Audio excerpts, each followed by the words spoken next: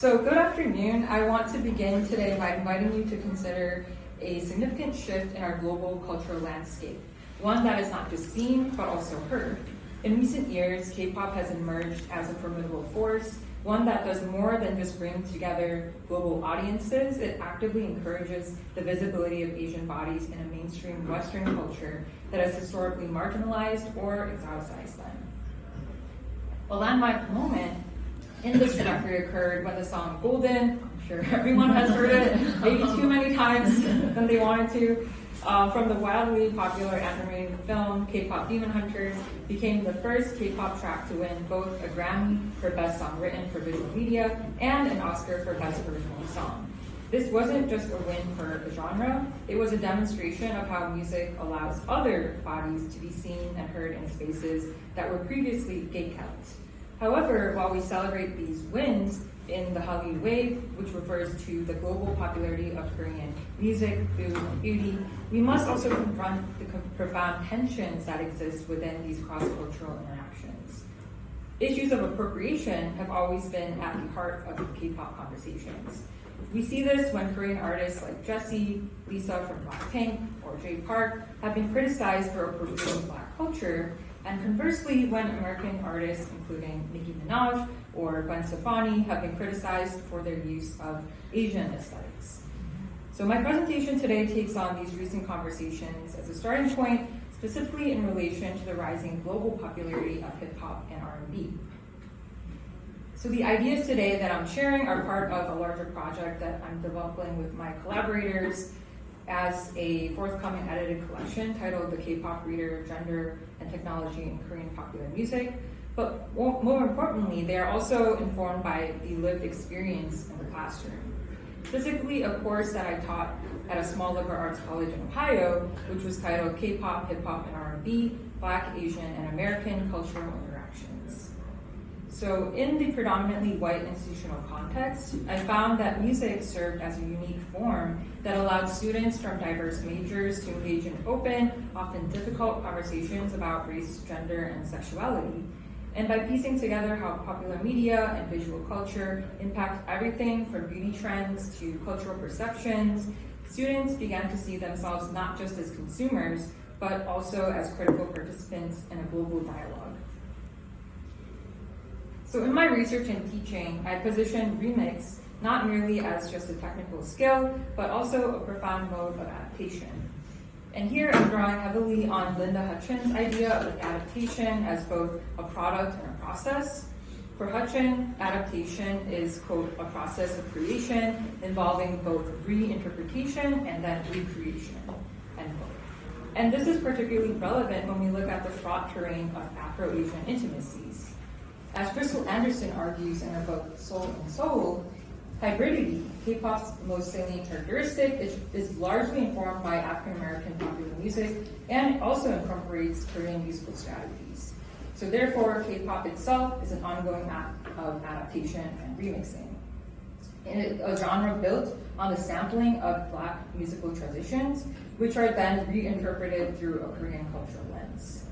And there have been many instances of sampling in K-pop songs, including Blackpink's Pink Venom, which incorporates the distinct melody from 50 Cent's Pimp, and August D's song August D, which samples James Brown's This Is a Man's World.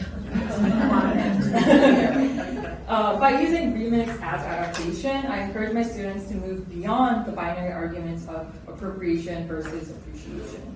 Instead, we use the lens of the remix and remix theory to ask what elements are being preserved, what is being transformed, and more importantly, what new meanings emerge in the gaps between the original and the remix. And this approach aligns with what Vijay Prashad calls Afro-Asian connections that defy myths of cultural purity. In our precarious global moment, where racial tensions are often exacerbated by digital algorithms themselves, teaching students to inhabit the process of adaptation allows them to see culture as a dynamic, shared, and often contested space. So teaching this course a few times in a small, predominantly white liberal arts college in Ohio presented unique challenges and opportunities. While the institution itself was a PWI, the class was a magnet for students of color. This demographic shift within the classroom created a space where the canon was not simply a set of text, but Spotify playlists, YouTube videos that students engaged with daily. For instance, I paired text on Black Power and hip hop with songs including Rapper's Delight by the Sugar Hill Gang and Unity by Queen Latifah, with text about appropriation with songs like Ichima by Keith 8 and Bon Voyage by Yuan. Music is inherently affective. When we listen to a track that samples civil rights speeches over a K-pop beat, for instance, the meaning is not just in the lyrics, it is in the sonic friction that we feel. For my students, many of whom were non-humanities majors, this affective engagement was also a hook. While students were hesitant to provide in-depth textual analysis of novels, they understood how data, in this case sound, could be reconfigured to produce a different output. So the readings and conversations in the class all led up to this final creative project. And it was structured in 3 distinct parts to bridge the gaps between critical analysis and creative production. In part 1, students began by writing a 1,500-word essay, bringing together 2 or more songs into conversation, and they were required to use at least 5 scholarly sources to identify Afro-Asian intimacies, appropriations, solidarities, or conflicts. This grounds their creative work in theoretical framework of adaptation and critical race theory, and they must also justify why a certain remix is necessary. What are the silences or gaps in the original that their remixes will fill? In part 2, the students produce then an original adaptation, and they can choose to rework lyrics. So for instance, rewriting a K-pop song from a Black feminist perspective, or creating an audio remix that has a mashup that highlights the sonic debt, for instance, a K-pop track owes to 90s R&B from Black musicians. In terms of technological tools, I encourage the use of sound mixing technology, including GarageBand, Soundtrap, or accessible generative AI audio tools like Media.io, Suno, and we have dedicated lab days in class where we practice using the technology itself. So the use of AI here is crucial. It acts as a useful tool accessible for students who may not have formal musical training. It also allows for students with limited knowledge of music theory to sample and layer sounds, focusing on interpretive and critical ideas rather than just the technical aspects and getting lost in those. And for part 3, students wrote a 300 to 500 word reflection where they must articulate how their remix functions as an act of adaptation. And this is where they confront the ethics of their own creations. For instance, if they are a non-Black student remixing a hip-hop track, how are they avoiding the very appropriation we critiqued in the class? And this reflection transforms that creative act into a more critical one. So to illustrate the final project outcomes, I want to share a compelling example from the classroom. This case study from a student who I will call Jay demonstrates how remixing can articulate a critical Afro-Asian politics of resistance through sound. Jay's project, titled Trust, Lust, and Groove, analyzes and remixes Korean hip-hop artist Penomenko's Bolo, biracial American artist Anderson .Paak's Come Down, and American rapper Gunna's Who You Foolin'. So now I'll play a bit of the remix so you can hear how the tracks came together.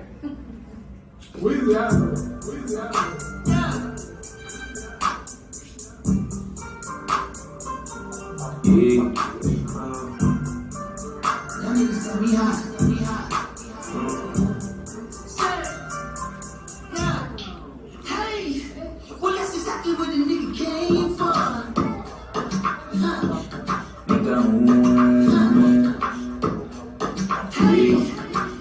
They be doing like the world.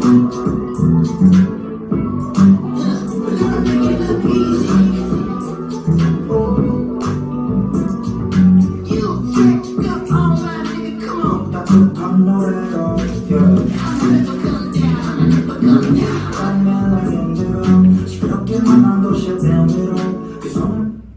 So hopefully that woke some people up.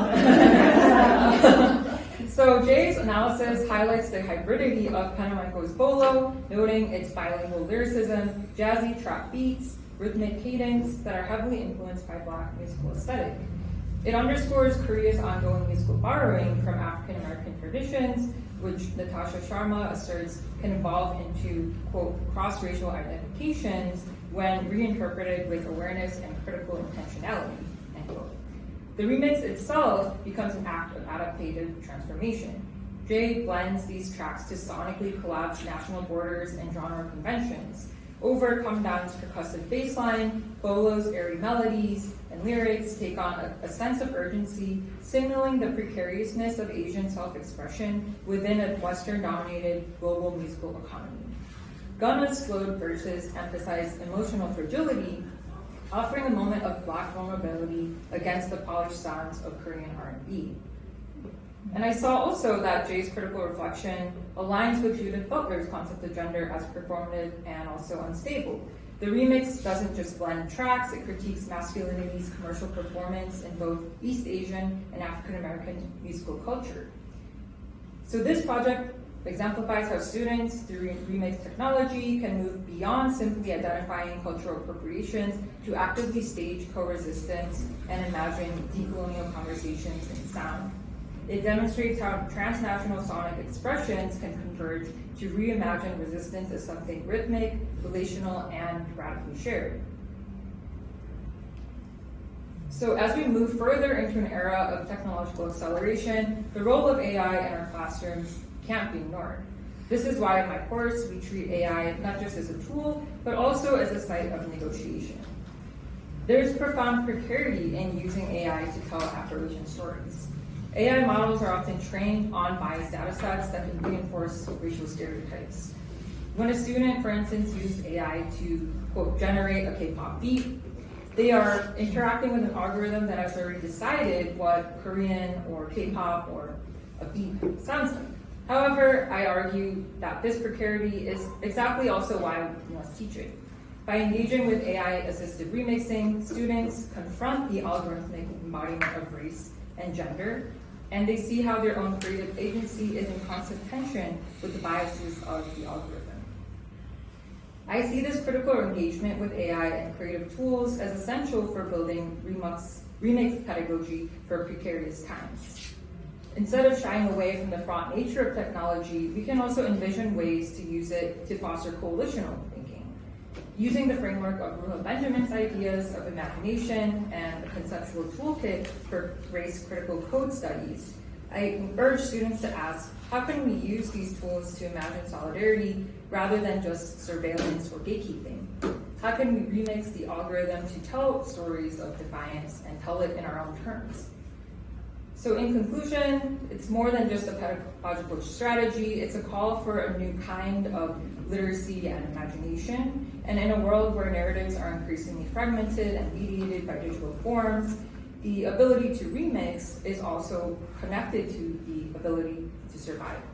So as I continue this work in my forthcoming book and future research, I remain committed to the idea that sound is a primary site for imagining new pathways of solidarity. And we can use it to reclaim agency, to refuse dominant logics, and to imagine a future that is as hybrid, complex, and defiant as the music that we love. Thank you.